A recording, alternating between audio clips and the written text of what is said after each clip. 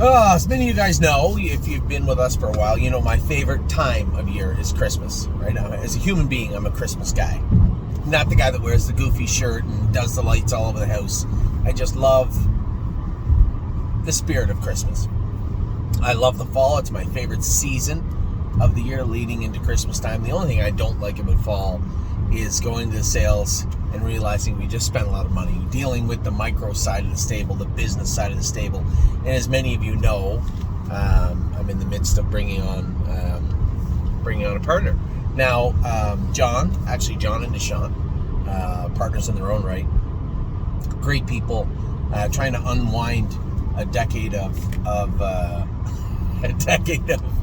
closet space, let's say, for the stable. And it was so cool. I said to John in a just a discussion the other day, an email the other day, a thread, how impressed I was with. He was in Ohio. Many of you have met John. Super nice guy. His daughter Julie was a really nice. Is a very, very nice girl. I say that because she's grown up quite a bit now. It's so cool. I'm of the age now where I get to watch people's kids grow up, and it's this transition from being the youngest guy in the room to one of the older guys in the room it's eye-opening and odd. I'm sure we all go through it. I'm sure you've gone through it if you're my age or a little bit older. And it's I'm always left feeling that I'm the young guy, and I'm not. So it's a bit of an odd thing. So John, super nice guy. The way he approached Ohio, the way that he structured everything, the way he was so precise, it was very impressive to watch. And him and Ashant right now are going through all what the stable does, how they operate, the funding, the bills, the billing, to make sure everything is up to par. And of course it isn't, but they are going to look at how we can get to where we need to go.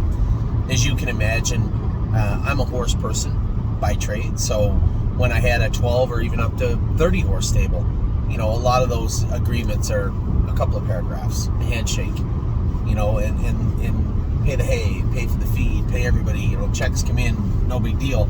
But as it starts to grow, it becomes a little more complex, quite a bit more complex, and then you divide it into two countries. I couldn't make it any more complex if we had a stable in Mars. But a challenge for me is taking a horse that, you guys know me, taking a horse that's making breaks and trying to put him back together or her back together. John's job and John's love is the operation side of a business, which I would hate. I would hate that. The thing I love the most about the stable is interacting with you, right? Doing these videos, talking to people one-on-one. I've told you guys a couple of times the one thing I wanted to do that I never got to do because there's always some apprehension. Every year my family and friends go away together for a week. And I would like to do that with the stable. And I know that there's always been a little apprehension from Amy or other people about how would you do that? How would that look? And I would like to do that this spring if I could. That would be something I would like to strive towards doing for us as a group. Anyway, that's neither here nor there. The things that I love, or the things that I hate about the stable, the numbers, the books, the taking care of everything, those are the things that John loves, right? My job every day is to interact with everybody so that you know what's going on with the stable. Whereas John's goal would be to interact with nobody and deal with the stable itself, the bricks and mortar. I guess not the bricks and mortar, the policies, the procedures we put in place to make sure everything runs smoothly. So mark my words, this will be a very important union between John and I, because it really will be the best of both worlds. Anyway, enough about that. I spent all morning talking to John and Deshaun about what we need to do, how we're going to get there, and some ideas and thoughts about what will happen with the stable moving forward. All cool stuff. all stuff that and eventually when you start to integrate some of that with the super forward thinking of like Kelly and Linda on the licensing side, stuff that we want to get done over the next year, 2 years, 5 years, because as I said to everybody, we're not going anywhere. If we do this right, we're not going anywhere. We don't want to just survive in horse racing. We want to help horse racing. That's why we started this, right?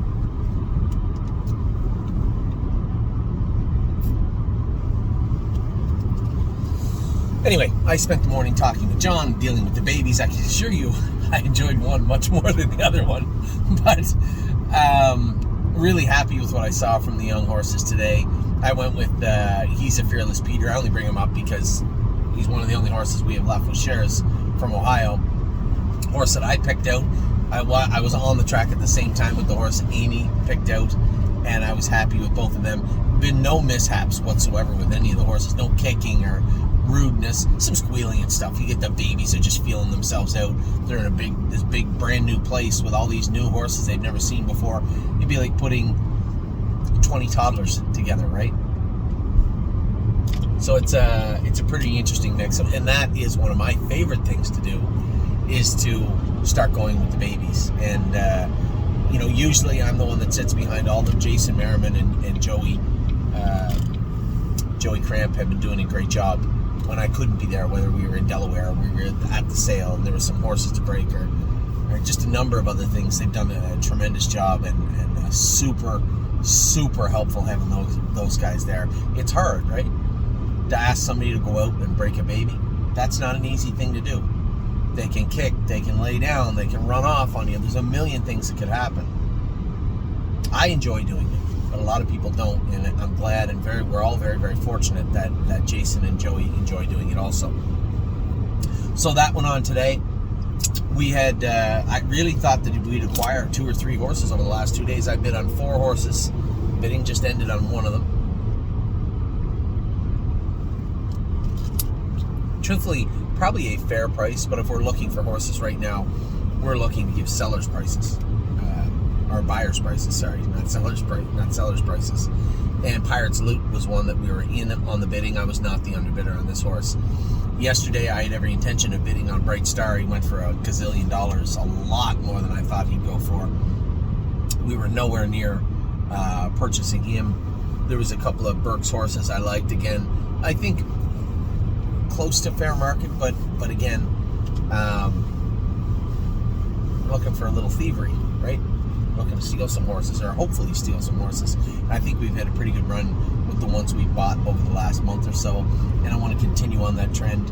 At the same time, looking at horses like Bright Star that are going to be top-end horses, or hopefully top-end horses. And quite frankly, this horse I raced against with Pickpocket, for him to go for $160,000 is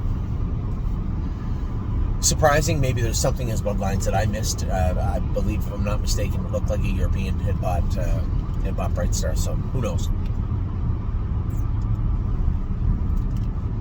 Now when it comes to the racing side, a little quieter this week, right? The stakes season is slowly winding down.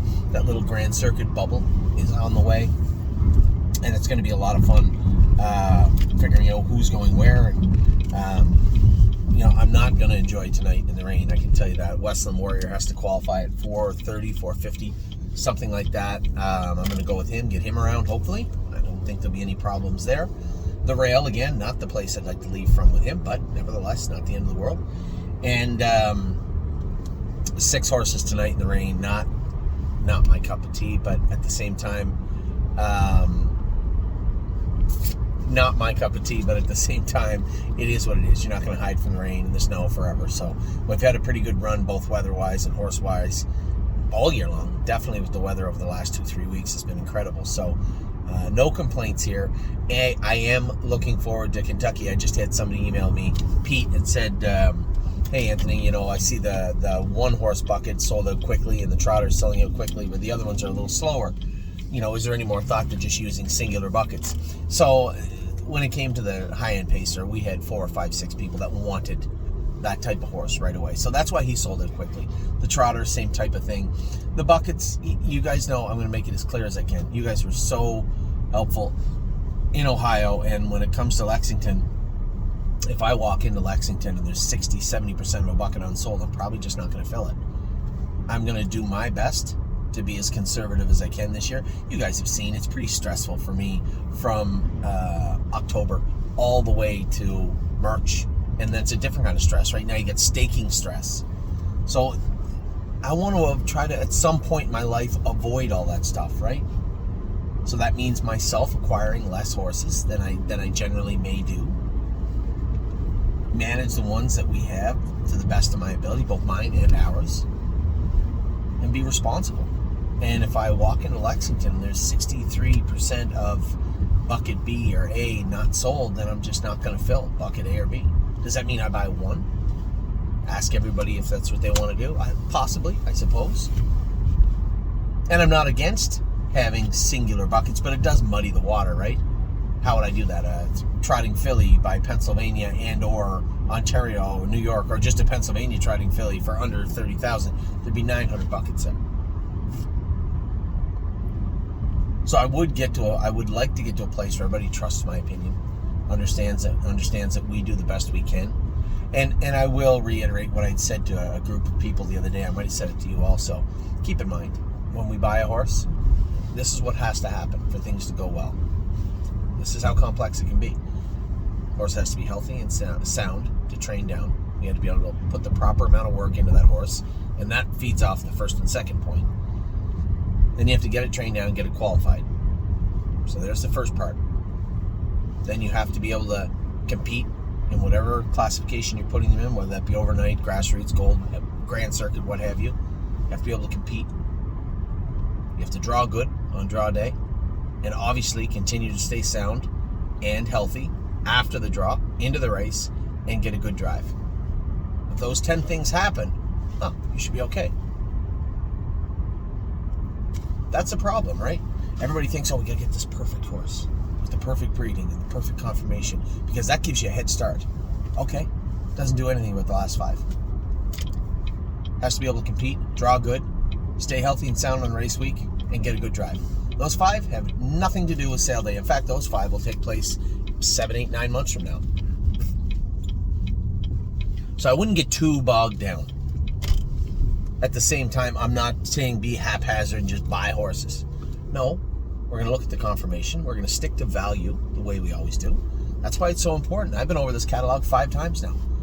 When we get to Lexington, I have 157 horses to inspect minimum on day 1. I'm going to price every single one of them. I'm going to go to dinner with some people. We're going to talk about all the horses we looked at. I'm going to price them together.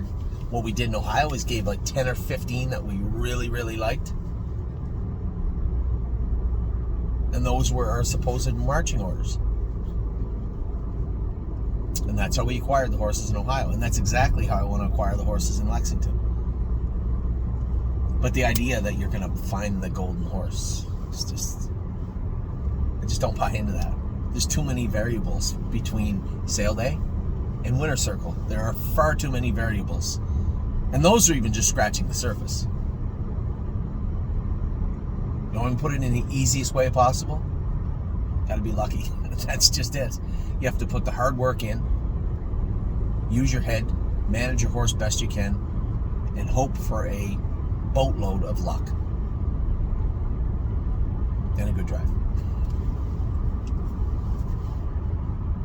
So that is why I feel it is so important to focus on value, because we can't control any of the variables that come after.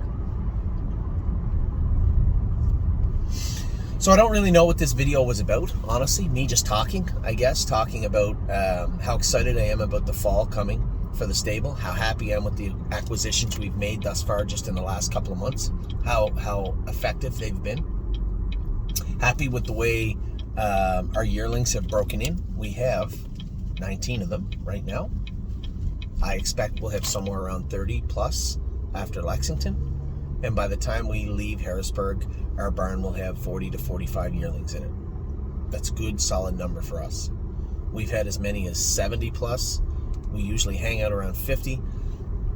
I'm happy with anywhere between 40 and 55. And I think that's how the barn is going to look. We have a lot more 2-year-olds coming back this year as 3-year-olds. That is by design. We've talked about this. We're going to race these horses in the wintertime. Never done that before. We're going to do it this year. If they can't do, they leave. If they can do, we assess them along the way. If they're stake horses, we'll rest them, just like we did Time Is On My Side. If they aren't stake horses, they'll race in the condition claimers and the condition races right up until they're maximized, and then we'll sell them too. That is a little more aggressive than we've been, but the best way forward right now that I can see for all of us at the stable. So that's the plan. You guys got to look at what's going on maybe behind the curtain when it comes to myself and John and Deshaun, the hard work that they're putting in. They're going to report back to me this week and let me know, what their thoughts are on the stable itself, where our strong points are, weak points are, and how we can expand or decrease weak points, so to speak. Expand the good points. Then when we're done doing that, we're going to talk to Kelly a little bit more about what her thoughts are,